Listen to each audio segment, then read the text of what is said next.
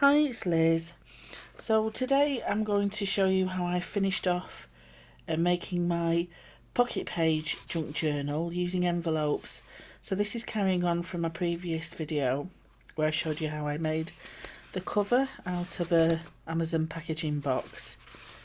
So this is one that I've more or less finished now, and I've put some of the elements from Lou's Studiolight collection that's just come out.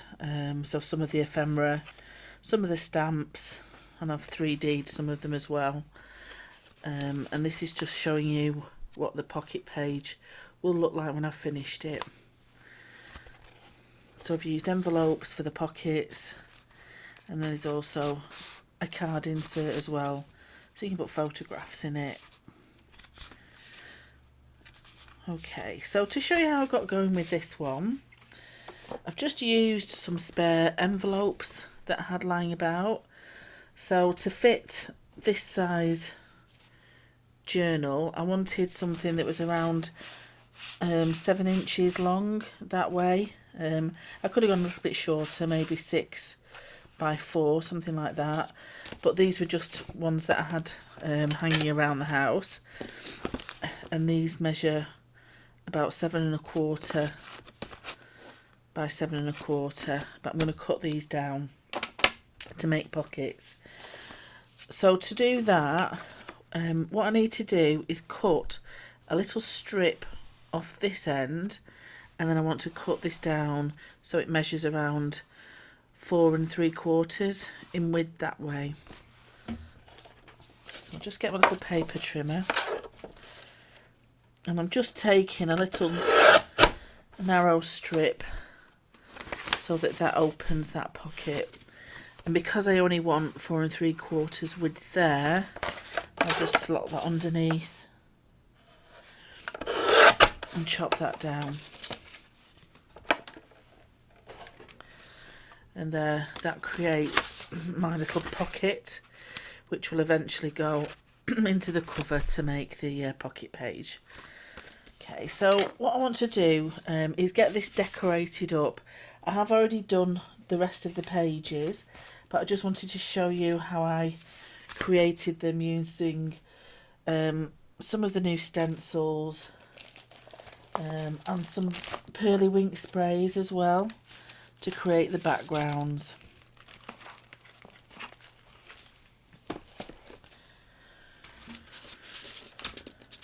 Okay, so I'm just going to get my spray station ready.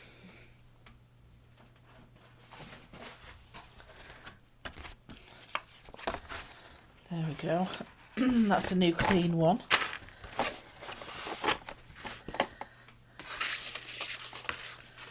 There we go. So the inks I've gone for today, just to continue with that aged vintage feel that I made for the cover, I've actually got the Vintage Wink Old Brown and also the Vintage Wink Sage Green. So really lovely colours to get that aged look.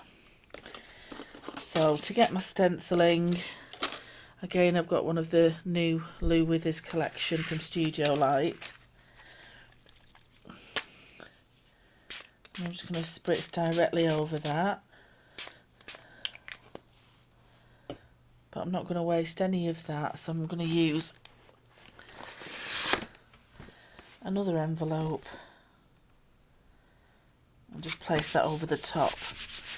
So then that'll create a negative image with the excess ink, like that. So that'll do for another background and another pocket page when I'm ready to make one. So just lift that one off. Give it a quick dry.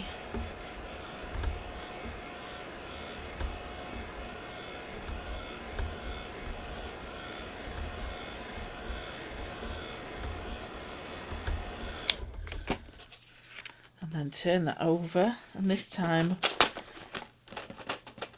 I'm using that stencil. Again with the sage green ink, just spritz that over at the back of that envelope this time. There we go. just to mop up any of that excess ink, so I'm not wasting any, and it's created a background on that envelope. There we go. And again, give that bit of a blast.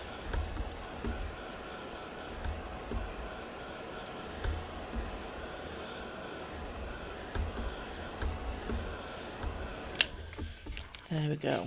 And then what I did just to finish it off was sprayed some of the brown over the top of it.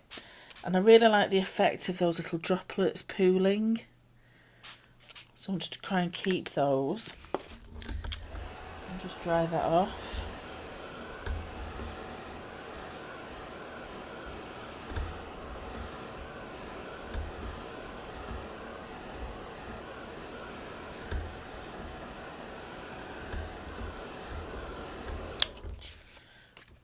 And then the same on that side.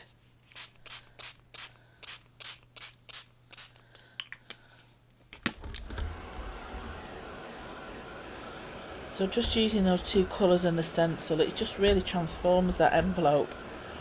So it's got sort of a cream background to that envelope. So obviously these colours will be a little bit more vivid on white.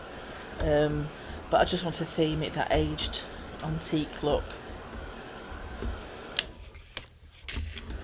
Let's make sure that's dry. There. But that effect is just so lovely.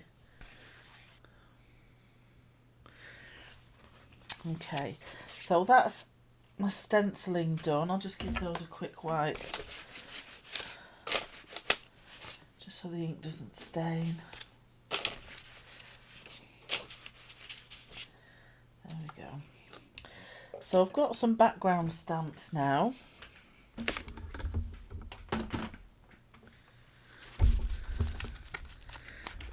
It came from the same collection, so it all ties in together.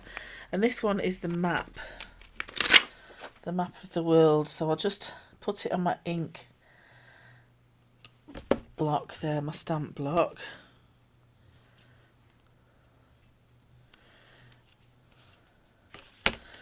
And to stamp this, I've used a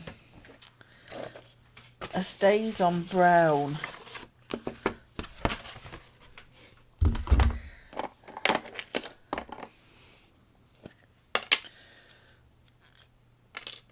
So it's a timber brown, this one. So I'll just ink that up. And I'm being quite random with this because I want to make the pages look very old and antiquated. So I'm literally just randomly stamping.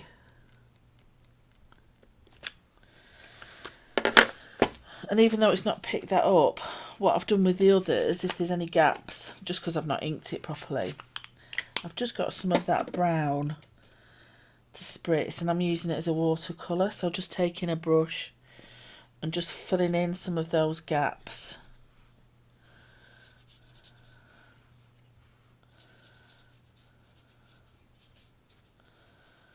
Like I've done on that one there. So it just fills in some of those gaps.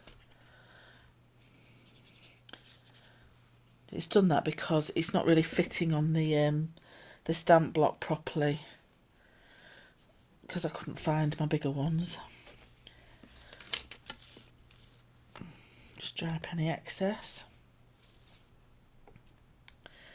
And then I've also got some of the wording to use.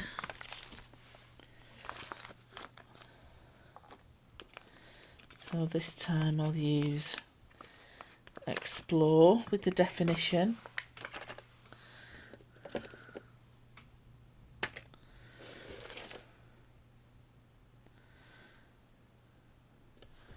I just need to make sure that's lined up so that my explores to the left as I'm printing it. But with this one I want to use the black. So I've got my black VersaFine for this one. And again, I'm just going to randomly stamp on that page. And just using any excess up, just to fill a bit more of that page. so it just looks really, really well. And then on the other side, I've got one of the compasses, the compass stamp there. Again, I'll do that in the stays on. Just randomly stamp that, so that looks nice. And then I've also got one of the flourishes as well.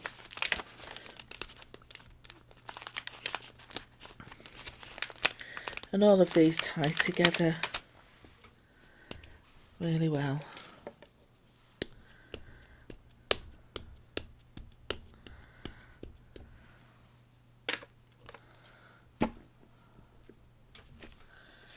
There we go.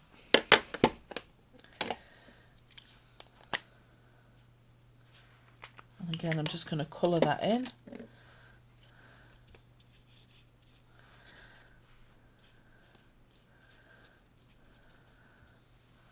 With the brown, just to give that bit of detail. And then again, I've got the wording, and this time I'm going to use the travel. I'll just put that there.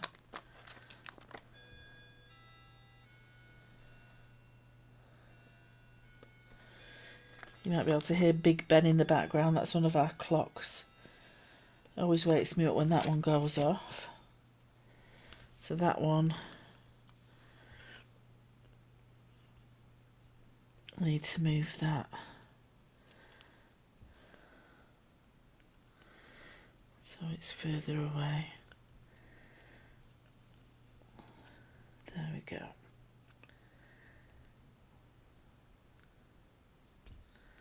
And again, I'm going to use the black ink for that one.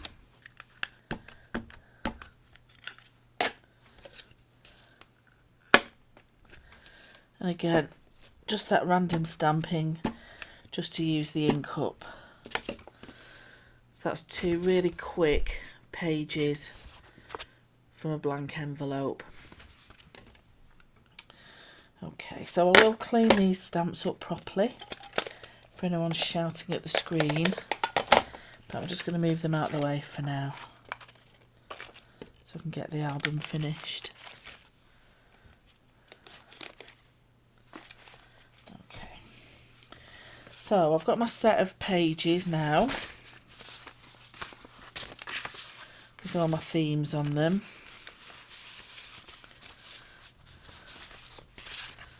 So I'm just going to make them a bit random, turning them round. Okay, so I've done 6 of those envelopes to create the pockets. So now what I want to do is make the hinge inside for the pockets to slip onto. So I need to create a hinge down here. Okay, so the hinge method I use, it's something called Stack the Deck, and it's been around for absolutely donkey's years. And I first found it, I think it was Laura Dennison on Follow the Paper Trail on YouTube. So I followed her tutorial for it. And what you basically need are 3 pieces of card that stack one on top of the other to create hinges that your pockets will slip onto. So in order to do that, what you need to do is just measure the width of your pocket to start with. So I know this pocket is around 7 1/4 inches in length. So in order to create my hinge, it needs to be slightly smaller than that, 7 1/4. So I'm going to get a piece of card and I'm just going to score down just slightly smaller than 7 1/4. So I've done 7 1/8, and I'll just cut that strip down.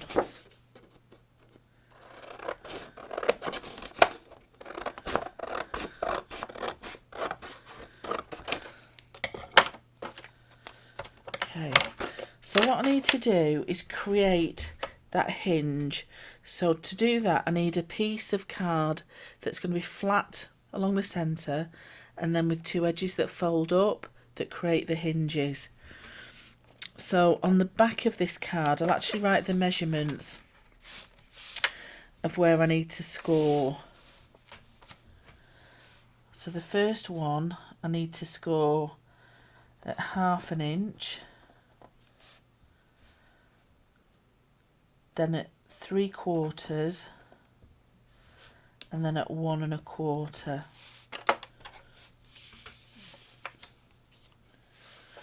Okay, so that's the width that I need. So I'm going to score the first one at 1/2 inch, then at 3/4, and then at 1 1/4. And I'll just cut that down to show you how it folds up. So what is created is a hinge there that's going to be 1/4 inch. That 1/8 inch is going to be the flat bit that sits flat on my spine of my book, and then that other 1/4 inch is going to be the other hinge that folds up. So I'll just do the other two and then I'll show you how I put it together. Okay, so this time I need to measure again at 1/2 inch,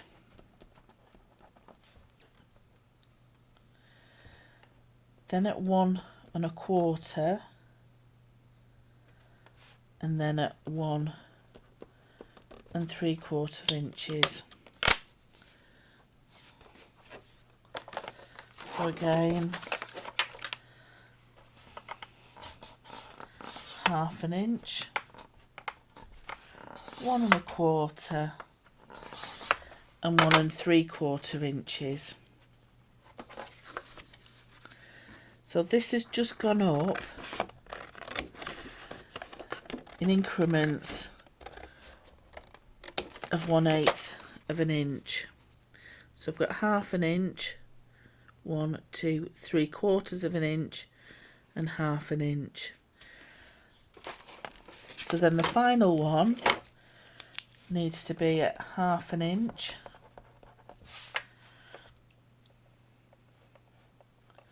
1 3/4 inches, and then at 2 1/4 inches. So those are the measurements that you need to actually create your stack the deck hinges. And then all of these are the width of your envelope. Just take away about 1/8 inch. So all of these, the width of these is 7 inches, and then scored on the opposite side at 1/2, 3/4, 1 1/4, 1/2, 1 1/4, 1 3/4, and then 1/2, 1 3/4, and 2 1/4 inches. And those measurements will make sure that that hinge will sit inside that spine really neatly. Okay, so I'll just do this last one, which is 1/2, 1 3/4, and 2 1/4 inches. So what we mean by stack the deck is that these 3 pieces of card that I've just measured will sit one on top of the other. Okay, so where I've actually indented using the scoring board, I'm actually going to turn it the other way so the ridges are facing up. And then I'm going to get the second piece, again with the ridges facing me. I'm going to put a strip of glue on the back of that. So the glue I'm going to use is my tacky glue, because I want this to be a permanent hold, and the danger is with some of the double-sided tape it could well fall apart. So I've got some wet glue, and then turning it round where it's got my mounting fold facing me, I'm just going to stick that so that it just sits inside that larger piece. and you'll just have a little bit of hinge showing on either side there. So when you put this on, just try and make sure it's as even as possible. And then the last one, again, with the mounting folds facing me, I'm just going to put some glue on the reverse of that, and then stick that into the centre of this piece.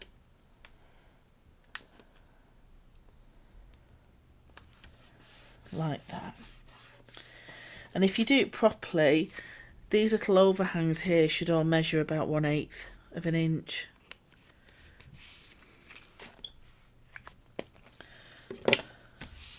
And then what we need to do is actually fold up those score lines, and these create your hinges. So because I've got 6 pockets, I've done 3 layers, and each layer creates 2 hinges, one on either side. So obviously if I wanted to do 8 pages, I would do 4 layers, and each time increasing that increment by 1/8 of an inch on that side and 1/8 of an inch on that side.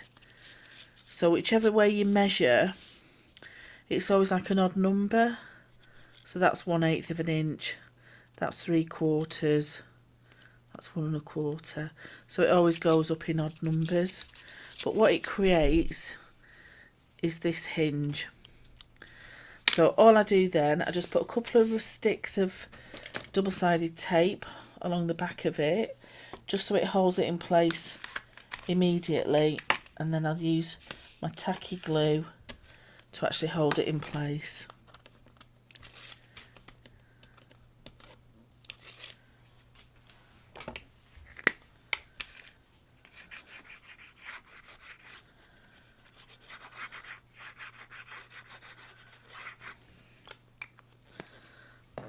Like that.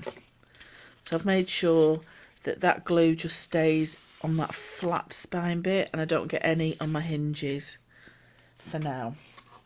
Okay, so I've got my book. Need to open it up, and you need to make sure you can actually see where the centre of your spine is. So if you need to just score again, do, but then this then gets layered up in the centre of that spine. You might just need to move it about until you get it where you need it to be. There we go. So that's now ready for my pages to go on. So you need to again make sure that your page is the right way up, that your book's got the front cover the right way up. And I turn it sideways on and get my first page ready. And with my tacky glue, I'm just going to put a line of glue along here and then just on the inside, but being careful not to touch any of that flat spine with any of my glue. I just want these hinges to have the adhesive on. And then I get my pocket page, open it up, and then this then attaches to that hinge. So making sure it's level, and then just fold that flat down.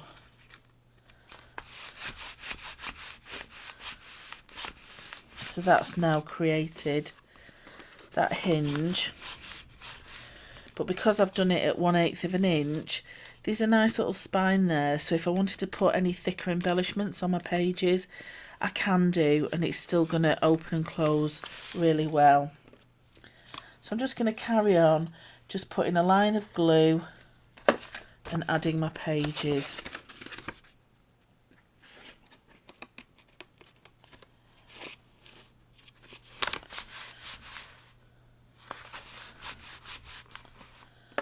There we go.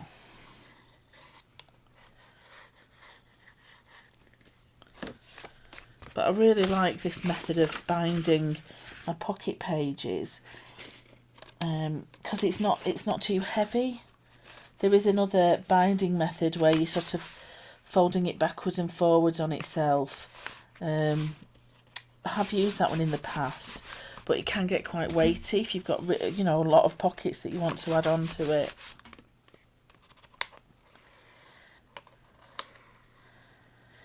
But as long as you can get your head around the maths of this one, I find this a much easier way of binding my pockets.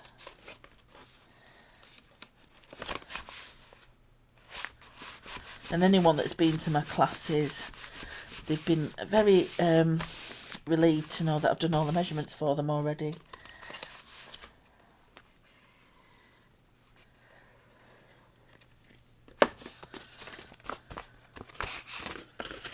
There we go. So it does make it a really quick method of putting a book together. And you just try and make sure that these are all sort of straight as you line them up.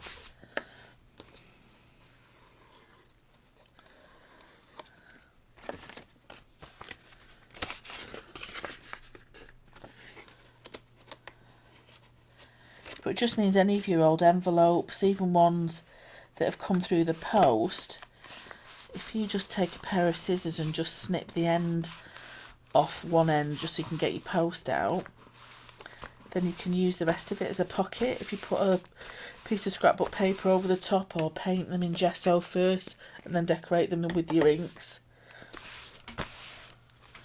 There we go. So they're now attached with my pockets. So for the inserts, how to measure those, it depends whether you want them to overhang, whether you want to put a tab on. But to measure them, I always take my ruler and I sort of come in 1/2 inch from the left, because I know that's where I've stuck my hinge. So come in 1/2 inch, and then my pocket pages, they measure about 4 1/4 inches. So I always like to overhang my cards. So I'm going to measure this so that I need it to be 4 1/2 inches by about 7 inches that way. And because most of my pocket pages I use a double fold card, I need to double up that 4 1/2 inches to 9 inches.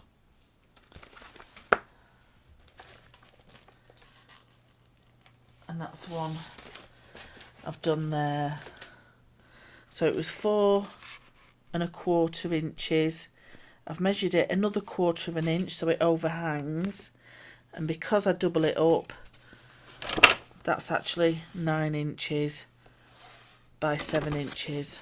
And what that means is it just slots straight into that pocket with a little bit of an overhang. But I know with Lou's new collection, she's actually got some of the little tabs, die cut tabs that you can use. So when I actually get my act together and get my die cutting machine off the floor, I will cut quite a few of those in some of my next videos. I'll actually show you how I've put those together as well. Okay, so the final thing that I sometimes do when I'm using doing junk journals, I like to put some journaling paper inside as well. And the way I do that, depending on the type of journal I've got, I'll either use a ribbon binding, or I quite like natural jute binding, the string. So I'll just get my string out of my handmade little string snot pig, which I call him. I made that before Christmas. So I get a length of jute, and I start on the outside, and I leave probably about 6 or 7 inches loose, and then I just start wrapping it around the inside of my pages and then back round the outside. Let's get some more string. So moving along a page each time. So eventually I'll have string wrapped around all of those 6 pages inside my album, just by wrapping it round the outside, through the inside and back on the outside again. Nearly the last one.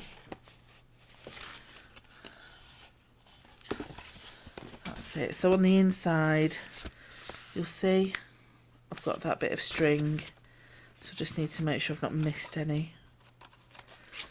That's it. Okay, so what I'll do, I've got around 7 inches there. I'm going to cut the same on that side.